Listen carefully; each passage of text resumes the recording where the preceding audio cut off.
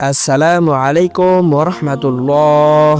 সুপ্রিয় তাকওয়া চ্যানেলের দর্শক মণ্ডলী, আশা করছি মহান রব্বুল আলামিনের অশেষ মেহেরবাড়িতে আপনারা সকলেই ভালো আছেন।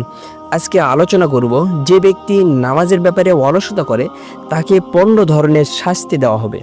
তার মধ্যে থেকে 5 ধরনের শাস্তি দুনিয়াতে, 3 ধরনের শাস্তি মৃত্যুর সময়, 3 ধরনের শাস্তি কবরে, আর 4 ধরনের শাস্তি কবর থেকে উঠানোর পর।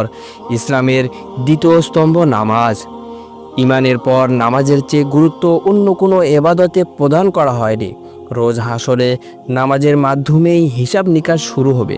যার নামাজ সঠিক হবে তার অন্যান্য আমলও সঠিক বলে বিবেচিত হবে, আর যার নামাজ অসুন্দর হবে তার অন্যান্য আমলও অসুন্দর বলে গণ্য হবে। তাই প্রত্যেক মুসলমানের উচিত গুরুত্ব সহকারে নামাজ আদায়ে সচেষ্ট হওয়া। দুনিয়াতে যে 5 ধরনের শাস্তি হবে তা হলো: 1. তার জীবনের বরকত ছিনিয়ে নেওয়া হবে।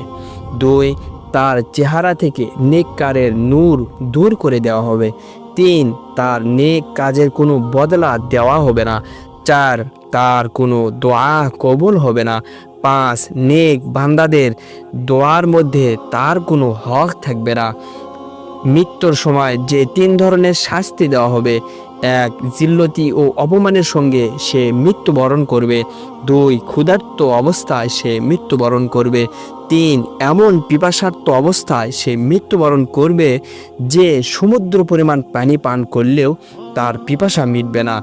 কবরে যে 3 ধরনের শাস্তি হবে সেগুলো হলো: 1. কবর তার জন্য খুব সংকীর্ণ হয়ে যাবে, এমন সংকীর্ণ যে এক পাশের বুকের হাড় আরেক পাশে ঢুকে যাবে। 2. তার কবরে আগুন জ্বালিয়ে দেওয়া হবে। 3. তার কবরে এমন একটি সাপ নিযুক্ত করা হবে যে সাপের চোখ হবে আগুনের, নখগুলো হবে লোহার, তার প্রত্যেকটি নখ লম্বা হবে 1 দিনের দূরত্বের পথ।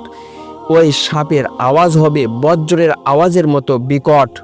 সাপ ওই বেনামাজিকে বলতে থাকবে, আমাকে আমার রব তোমার জন্য নিযুক্ত করেছেন, যাতে ফজরের নামাজ নষ্ট করার কারণে সূর্যোদয় পর্যন্ত দংশন করতে থাকি, জহরের নামাজ নষ্ট করার কারণে আসর পর্যন্ত দংশন করতে থাকি, আসরের নামাজ নষ্ট করার কারণে মাগরিব পর্যন্ত, আর মাগরিবের নামাজ নষ্ট করার কারণে এশা পর্যন্ত, আর এশার নামাজ নষ্ট করার কারণে ফজর পর্যন্ত দংশন করতে থাকি।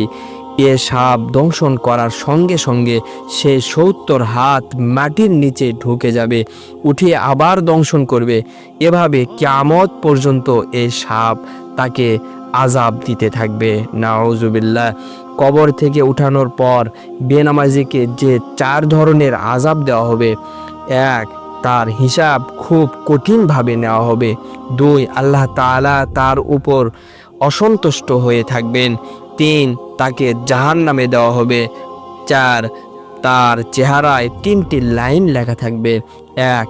হে আল্লাহর হক নষ্টকারী। 2. হে আল্লাহর গোসায় পতিত ব্যক্তি। 3.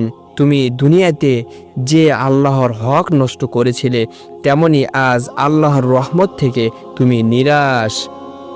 এভাবে বেনামাজিকে 15 ধরনের শাস্তি দেওয়া হবে। আল্লাহ তাআলা সবাইকে 5 ওয়াক্ত নামাজ যথাযথভাবে আদায় করার তৌফিক দান করুন। আমিন।